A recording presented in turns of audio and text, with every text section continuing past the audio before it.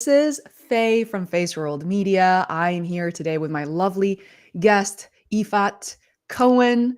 And I am so thrilled to introduce her to you guys. So let me just briefly introduce Yifat and we'll get started. Again, the name pronunciation, correct me if I'm wrong, it's Yifat. Yeah, pretty good.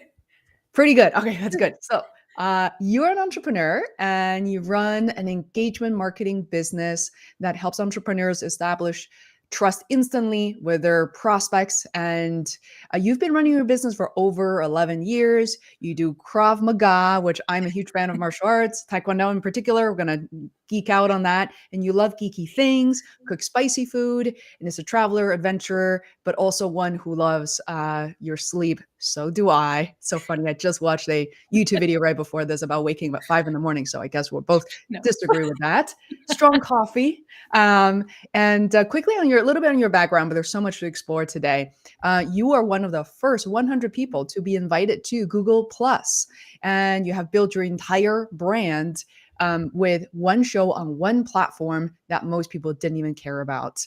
And so, you know what? I think that is incredible. Some of the things that we're going to talk about today is that we will not shy away from money. So I hope money won't turn you off. I think it's a fantastic opportunity for us to lay the groundwork and to be able to talk to each other about not only how to start your business, how to grow your business, but also you're somebody who is about 3 to 5 years in, a little bit more experience, trying to really focus on, again, sort of the balance of their business, their personal life, but trying to make more money, so to create more freedom. So let's get started, Yifat. Let's Yay, do it. let's do it. Ta-dam-dam. Awesome.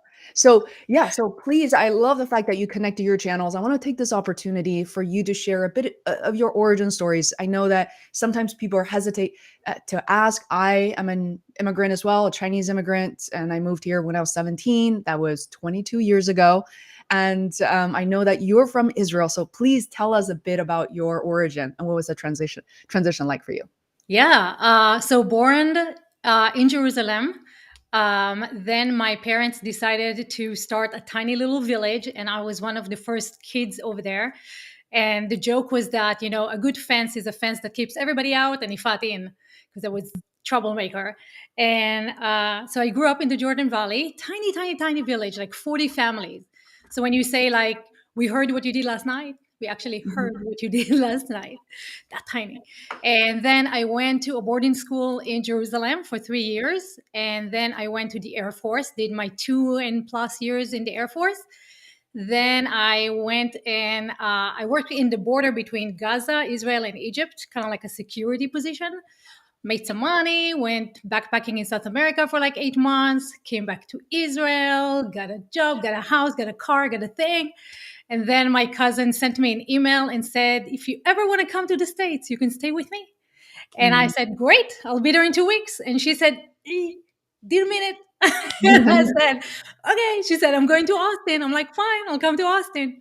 Uh, years later, ta-dam, Wow. here So we are. when was that? When did you come here? I got here in 98. I went to UT.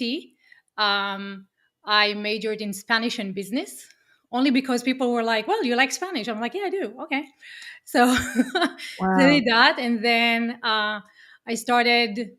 So actually during my college years, I was working in a startup and it was me, the owner, and an operation guy.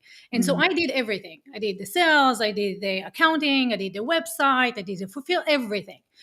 And the operation guy was like, if you get run over by a bus, we're screwed. And I was like, what if I want to take a vacation? Like, why do we have to go on the bad side that I'm dead, right? And he's like, okay. Well, he started bringing in people for me to train them on each one of the things that I was doing. 12 people later, I was fired. And I was like, okay, thank you. Now I Mhm. know I can build a company and I'll never build it for anyone else. Mhm. Um, Mhm. and that was the beginning of my entrepreneurial journey. And this was still when you were in college. That was in This college. Yeah. Wow. So, yeah, I got fired and I was like, thanks. I'm going a semester abroad in Buenos Aires. That was my Mhm. last semester. And then I came back and Google Plus launched. Timing. Wow. Yeah. Wow. So I mean, I'm gonna just like stay on the origin story a bit longer because I in just 1 minute, I guess I heard a lot of things that I had no exposure, no experience, and I was never part of the military. And I know that perhaps there's a requirement for Yeah. men and women in Israel. Yes. I mean, I think that was widely understood. It's in a way, I think it helps that you're not alone and you've seen your hopefully your relatives, other men, women, and joining the workforce, the army. But did you have any excitement? Was it fear? Was it doubt? Any doubt towards being part of military? No, because like you said, right, Mm, everybody goes there. And so the conversation usually around your senior year of high school is like which division you're gonna go to. Are you yeah. gonna be a fighter? Are you gonna be, like what you're gonna do? Um, Mhm. that was the time when I realized that my father doesn't know everything. How Kind of about you? shattered my world because because I wanted to become a journalist. Mhm. And my dad, it's very interesting, right? Like you never realized how your parents see the world until you grow out of it and you go like, oh It's wow, true. interesting.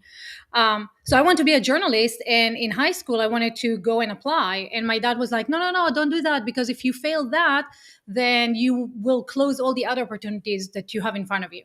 Mm. No idea why he said that, because I don't think it's true, No, but it's not. Yeah. right, but then I was like, huh, okay. So I didn't apply, and then I ended up in the Air Force. I didn't want to be in the Air Force. I wanted to be something fighting, On the ground. yeah. Right. Right. But now it's very interesting because I know he wanted to be protective, but I was like, wow, I didn't realize how protective he was. Kind of like, Mm. don't do this might happen. Don't do this might happen. Right, Um, right. I actually spent a lot of time thinking about that, even like yesterday or earlier today about even being in my 20s, and certainly teenage years. But, since late teens, in my 20s, I obviously spent most of that time here. And my parents, surprisingly, especially my mom, was oftentimes very concerned, afraid of a lot of the decisions I was making. And I thought somehow that I was alone. There's this whole Asian parents like tiger mom sort of deal. But it does sound like, perhaps do you think your parents had similar feelings, perhaps because you were you were in a different country by yourself, most likely you think they kind of their anxiety increased as a result of that? it's funny because when I was right after the military, I went backpacking in South America, and I took a one-way ticket, and I was like, I'll Mhm. just see what happens.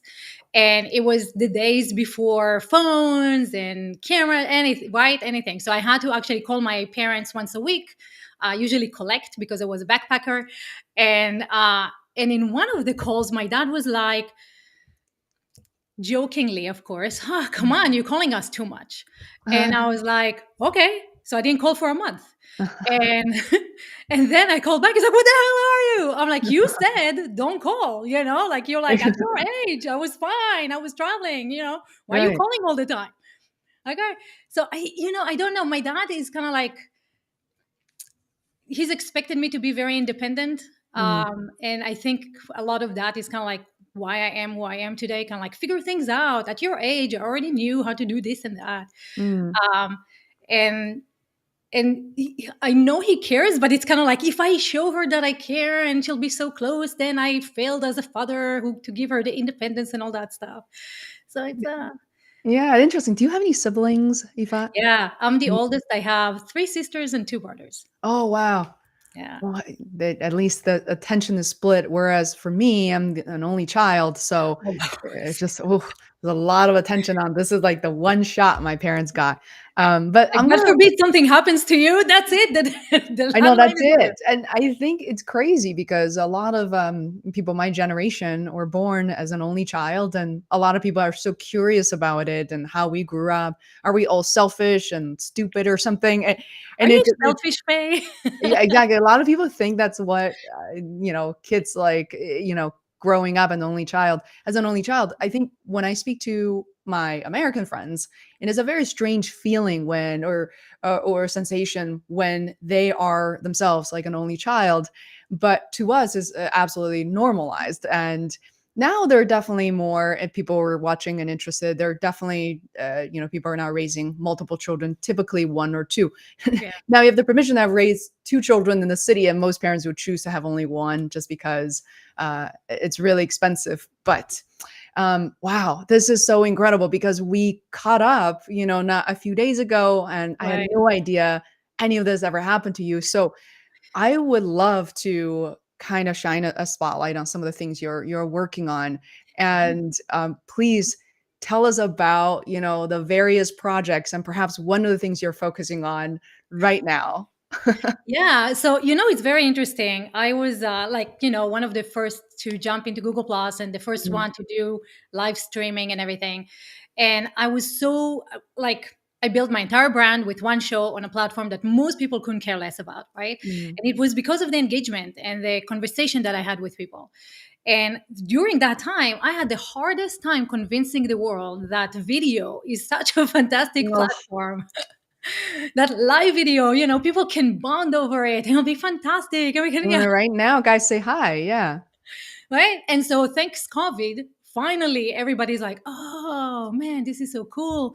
Tony Mhm, Robbins just said, I used to reach 15,000 people in my live events, and now I reach 1 million at once.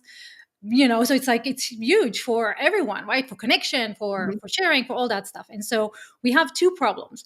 One, everybody's coming online, mhm, right? And everybody's trying to be an expert. And now we don't trust things anymore because everybody's online and everything can be manipulated. And, it's just tough. And so people who are coming online are trying to figure out, well, how do I monetize this, mm, right? And we have coaching, which is growing pretty big.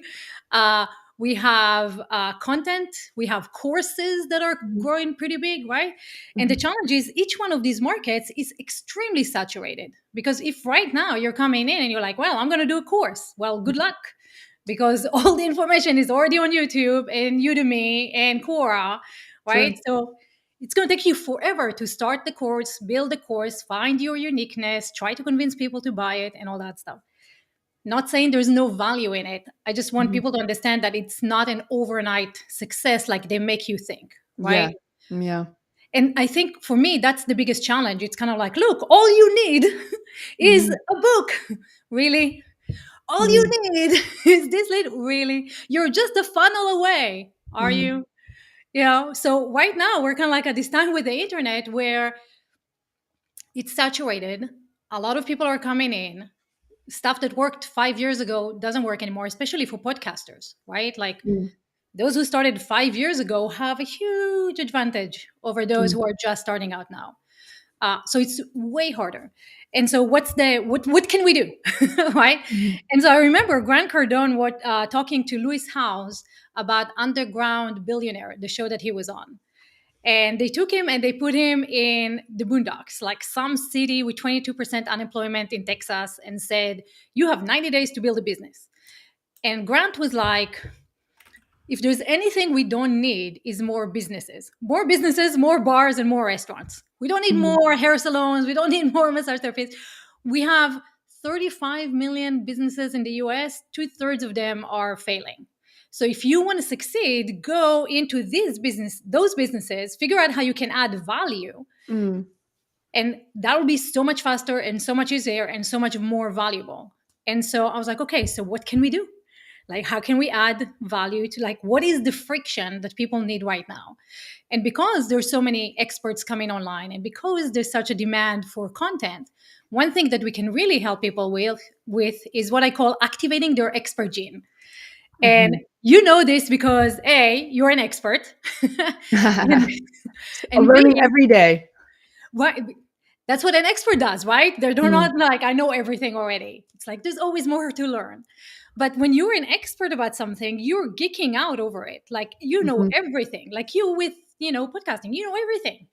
You mhm, know what happens there and what's the statistics and what's the latest, software. I saw you sharing a review about Descript and Recut, mhm. right? Like how Yep. many people compare different softwares, right? If someone comes to you and go like, hey, I want to start a podcast, you'll be like, okay, here's what you need, right? And here's what to avoid because you know all these things.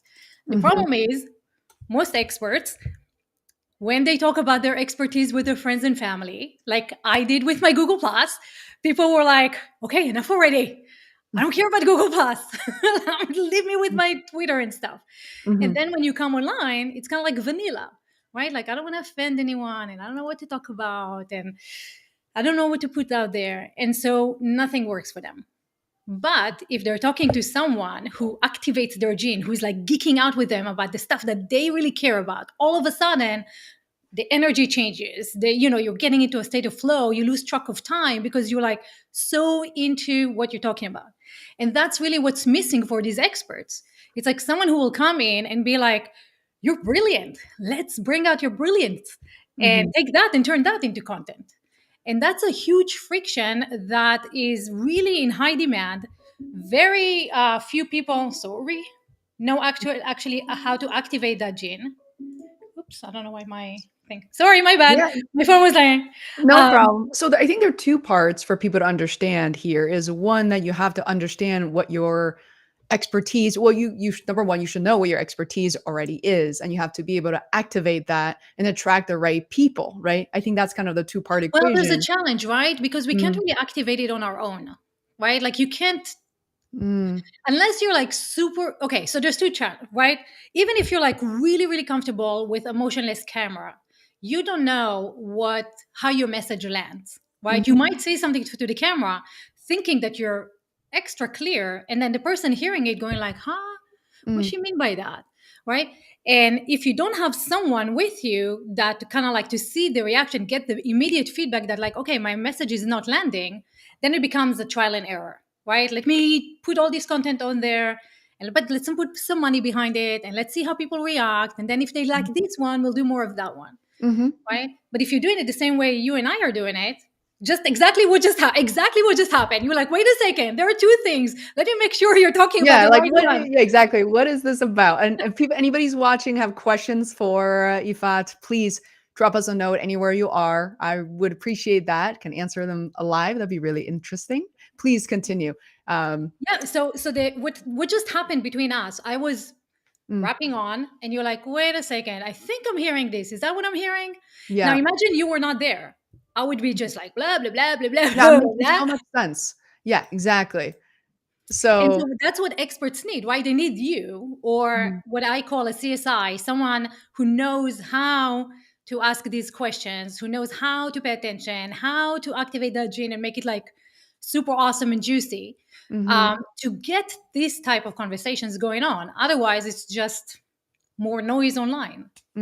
So I'm going to use a something very specific because there is a creator community, podcasters and some YouTubers. Some it's kind of a mix of both. Podcasters who want to, are now on YouTube as a platform, and YouTubers who are now podcasting. It's such a fantastic, such an intriguing world we're living in right now.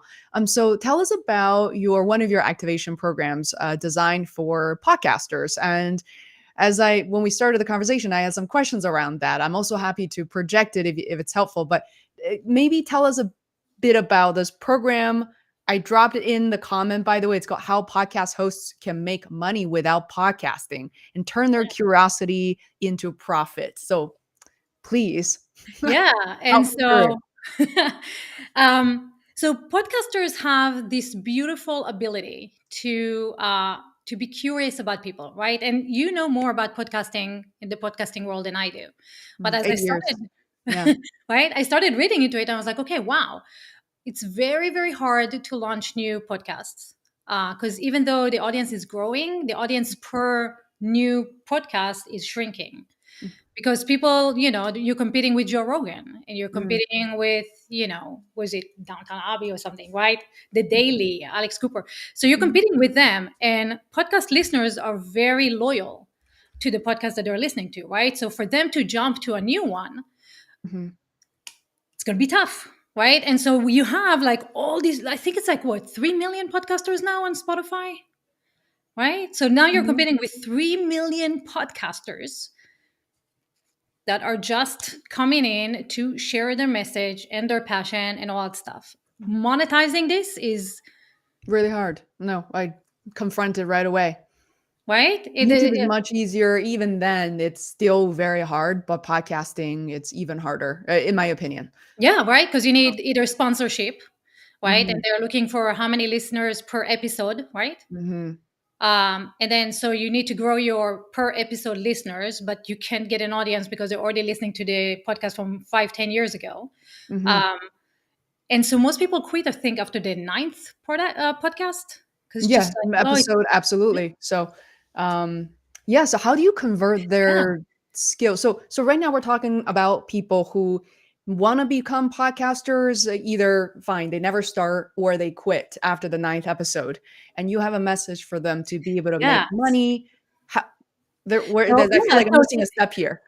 so take your curiosity, guys. Hmm. Take that, learn how to act. You already know how to reach out to experts, right? All you're missing is really how do you provide a conversation that achieves the expert's goals, right? Hmm. Otherwise, it's just, conversation, noise, content. But if you take the expert and you run a strategy with them, going like, okay, what do you have?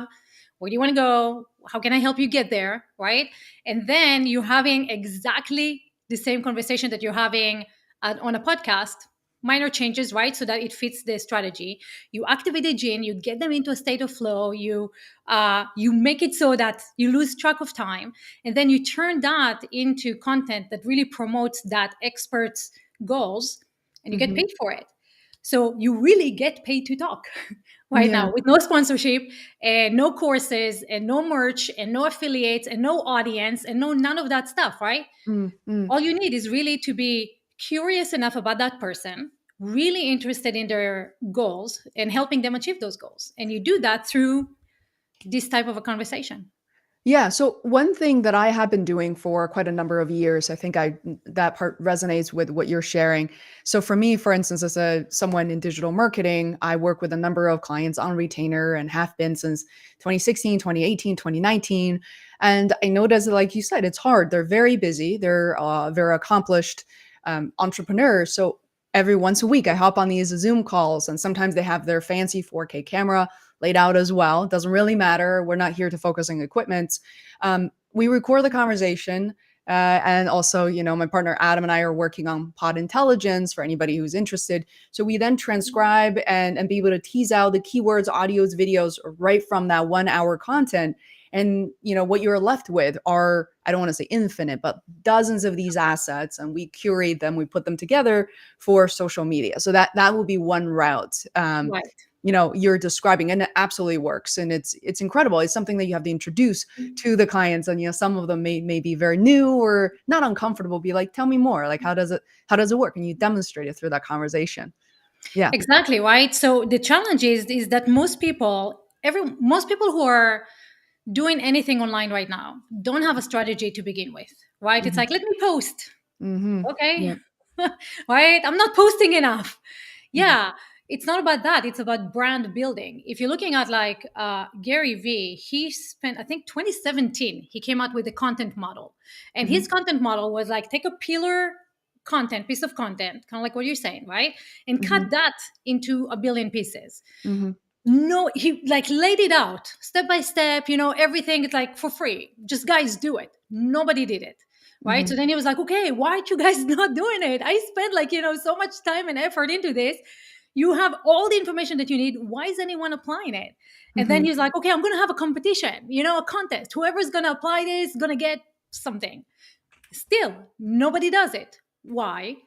A few reasons. One, it's hard to talk to a motionless camera. The way that Gary Vee is doing it, he's taking his keynotes. Well, Hmm. how many of us are on a keynote? Have a keynote. How many of us are on panels? How Hmm. many of us do that consistently enough so that we have content daily? So it all Hmm. breaks from the top, right? We don't have the pillar content.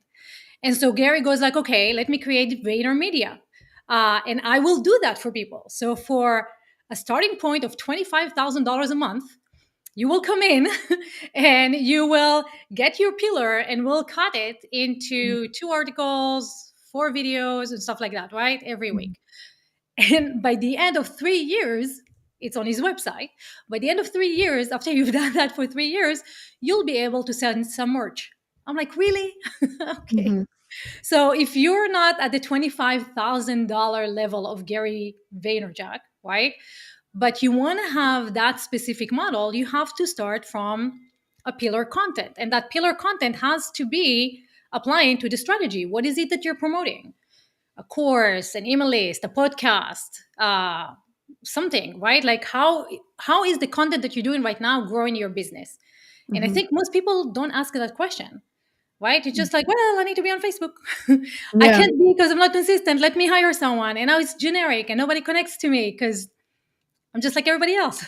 Yeah, true. And I'm gonna just tease out a couple of questions and we'll go back to understanding the 3K guarantee, like how you're able to make not one, two, $300, but you're actually able to generate a real income from the strategy. But first, there's a question from Adam.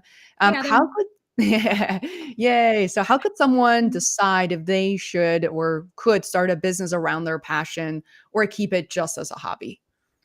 So, a business is, okay, a business will be something that you will dedicate your time to. It's not going to be just baking cupcakes because you're going to need marketing and accounting and salespeople and website, Mhm, all mhm, the other stuff that make the fact that you enjoy baking cupcakes, valuable, profitable, and pays the bills and takes all the time.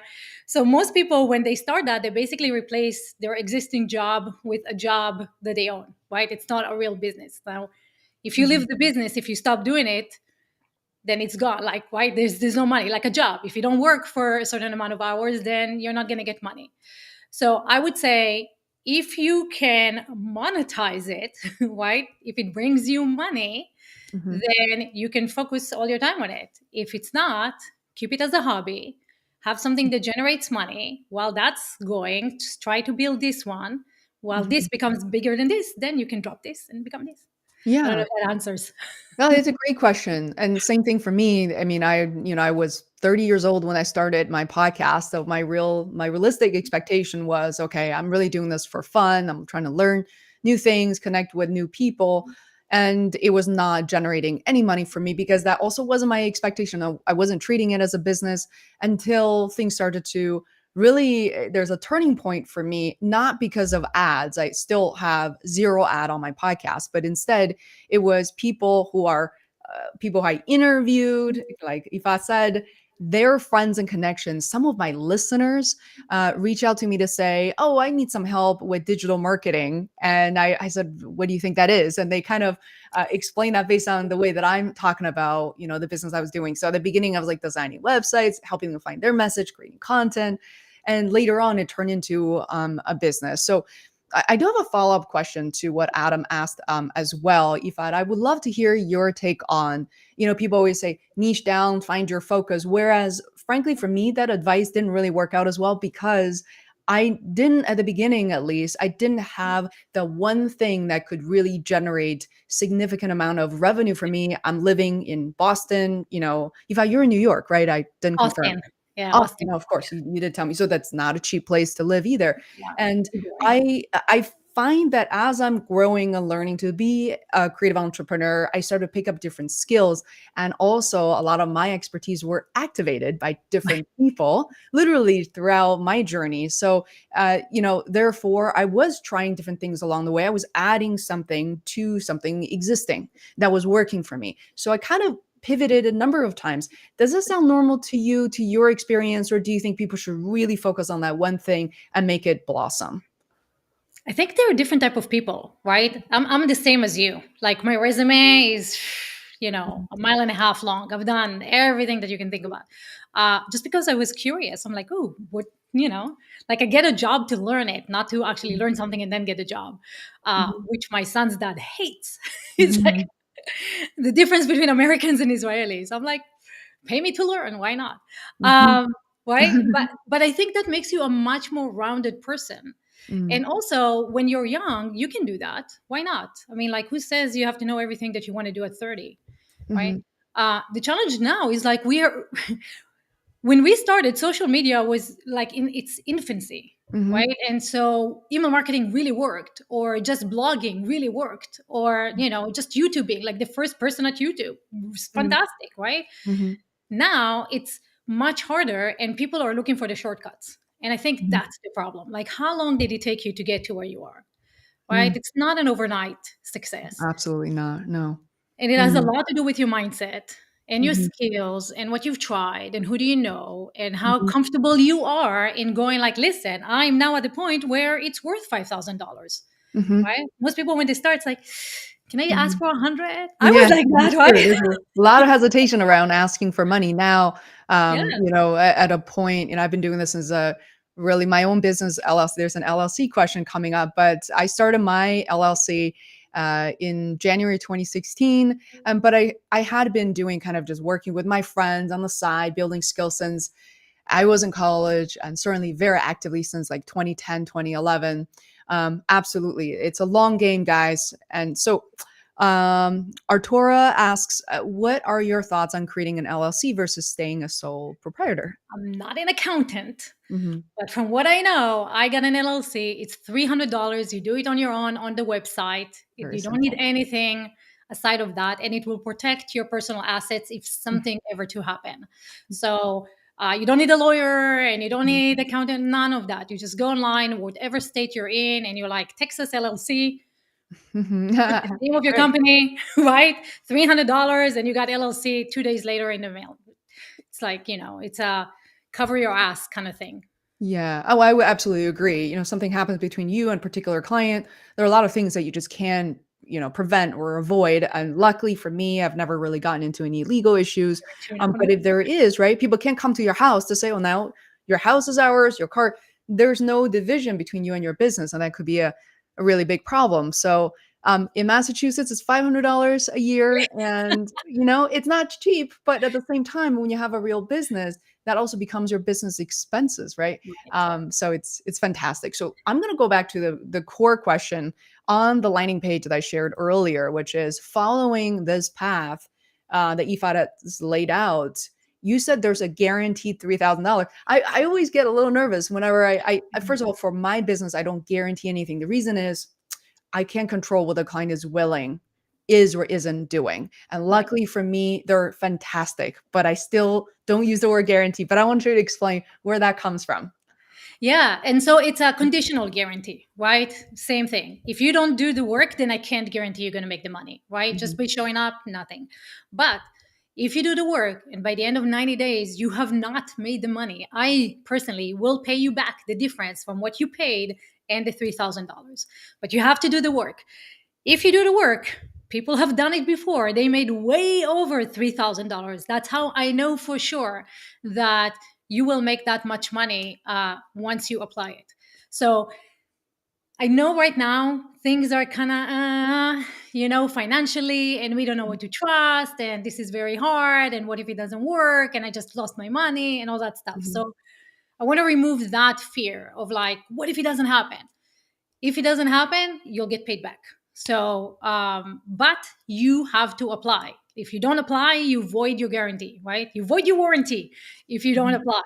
So, if you want to start making $3,000 each and every month while working very, very little with just few clients, this might be the thing for you. If you're really curious, love talking to people, started your podcasting journey and realized like, I need some income to make this going, you can make a lot of money monetizing skills that you already have. All you need to do is figure out, um, how do I activate the gene? What do I offer? How do I make it so? How do I deliver first class experience so that when I go like, hey, you want to stay first class or do you want to go back to coach? People be like, I don't want coach. you know, mhm, I went to mhm, first class, and it's very interesting, Faye, because I see it with my clients. They're starting out with people who go like, yeah, I just want to try it out, and I don't know, and I don't have mhm, money, and blah, blah, blah. And then those guys are bending backward over to be like, okay, how do I work with you? Because this is so awesome. So mhm. what's nice about this process is that even though it's very simple and you can apply it right away, and in fact, I have people who got 2 clients after 2 days of taking the course and double that a week later. So finding clients is not hard. Finding clients that you love is hard. How do you know who do I want to work with? Who do I want not want to work with? Can they afford me? Can they not afford me? How do you quickly identify clients who are worthy of your time and who can obviously also clearly pay for the rate that you're comfortable with? Yeah, so there are 2 questions.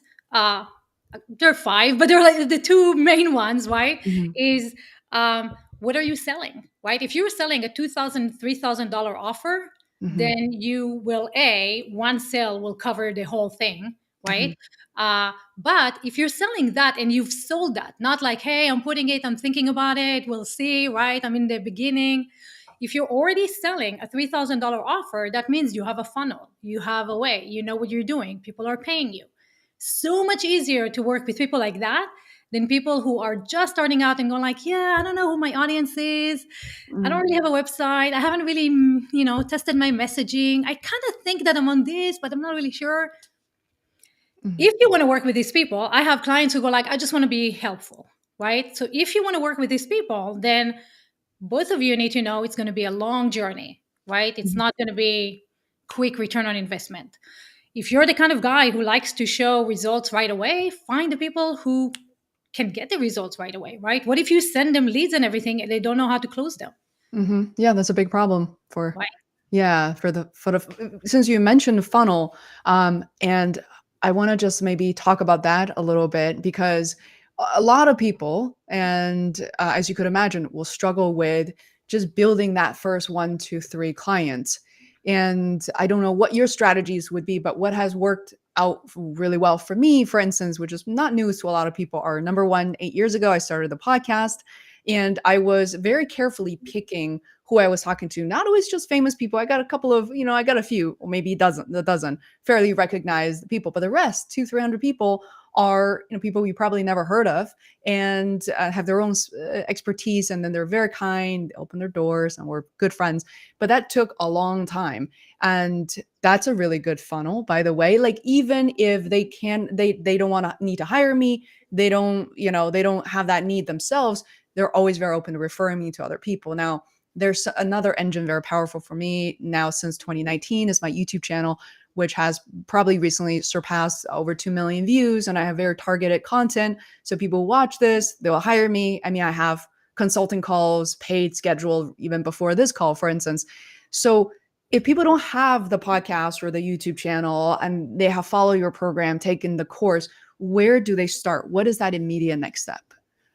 So there are 10 ways of getting clients. I'll Mhm. share the easiest one.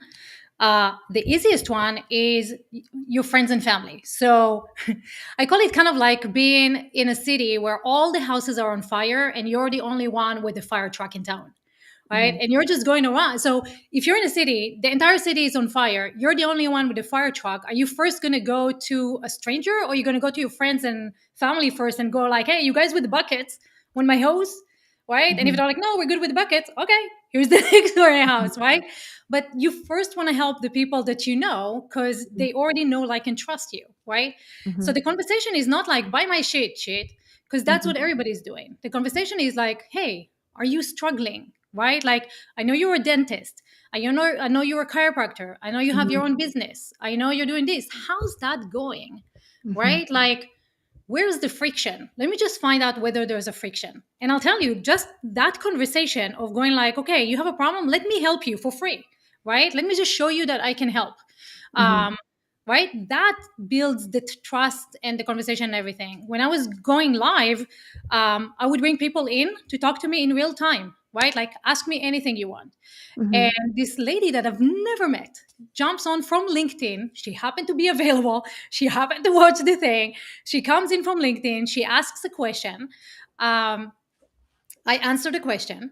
And I'm very big on don't build your home on rented properties. So I go live everywhere, but I send everybody to my website. So she comes to my Mhm. website, and in order to get on the show, she puts her information. So after the show is over, I follow up and I go like, did I answer all your questions? And she goes like, kinda. And I'm like, okay, Mhm. let's jump on a call and let's see if I can answer the ones that I didn't answer. Right. Mhm. So we're talking and she's telling me what she needs. And I'm like, I don't have a program for that. Like, I don't have a service for that. How am I going to help you? Let me think about this. Right. Mhm. And I think about it. I come back and I'm like, okay, here's what I can do. From a cold client that met me one time, one call, Mhm. $10,000, 1,500 a month. Mhm. Why? Because I can solve a friction. She has a problem. I can solve the problem. I can do it. If I couldn't solve the problem, be like, look, I can't solve it, but my friend, he can Mhm. solve it. Go talk to him. Right. So the easiest way to find clients is have a conversation and say, where is the friction? Right? And friction is not something that you kind of like, maybe one day I want to grow into something. Friction is like, I'm trying to move and something is blocking me and I'm not moving as Mhm. fast as I want because there's friction, right? It's Where's pain, that, there's pain. You're selling right? painkillers, not vitamins, right? Exactly, Shout out right? to So Les where's the Powell. fire? Yeah, Right? yeah. And if there's no fire, awesome, right? If they're struggling with flood, you're not a Mhm, flood insurance, right? You're a fire truck. So mhm, you having these conversations, and as you have these conversations, all you need is one or two people, honestly, right, to get started. You mhm, get started, you give them the first class experience, and you say you want to continue. I can't tell you how many friends of mine I needed some samples for what I was doing, and I was like, hey, let me do one for you mhm, because I want to show my guys how it's done, right? And they're like, okay, well, how do I work with you? This is really cool. Maybe I can send my team. Maybe you can work with this. Maybe because when you relieve the pain, then people don't want to go back to the pain, right? They want to mhm, continue working with you. So much mhm, easier than going like, listen, I have a course. Listen, I have a product. Listen, don't you want to try my thingy? Right? mhm. So much easier than that. Yeah, no, I love it. And this is something that I hope people will put into practice as well.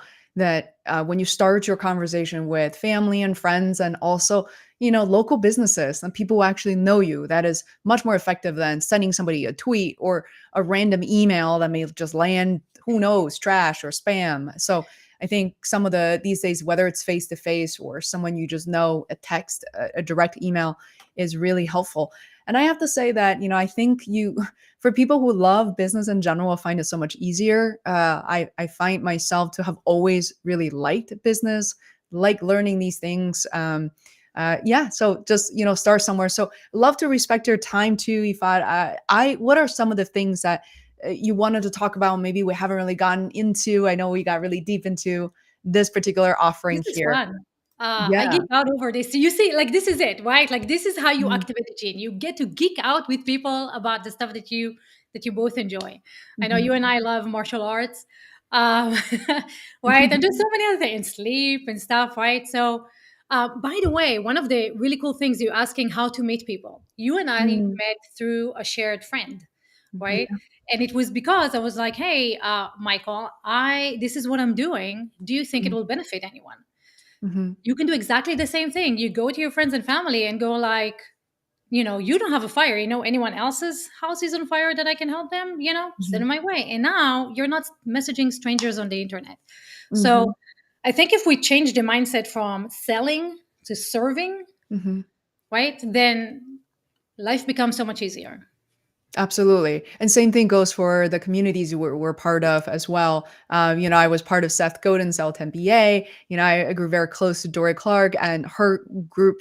And not only that you're now having introductions, but you're part of a group with shared belief systems, and that is huge.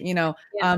I love the fact that I am now working with clients in their 50s and 60s, well into their 60s, and they don't see it as, oh, I want to retire, live on a golf course and do nothing. And all of them have the shared mindset of how can we be of service and continue to contribute and grow.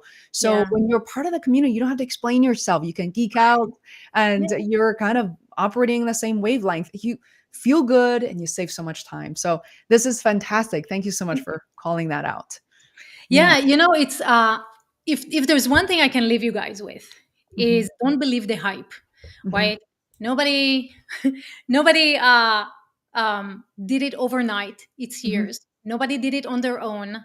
Nobody figured everything out. Nobody knows everything, right? That's mhm, why we're in communities. That's why we get support. That's why we're talking to each other.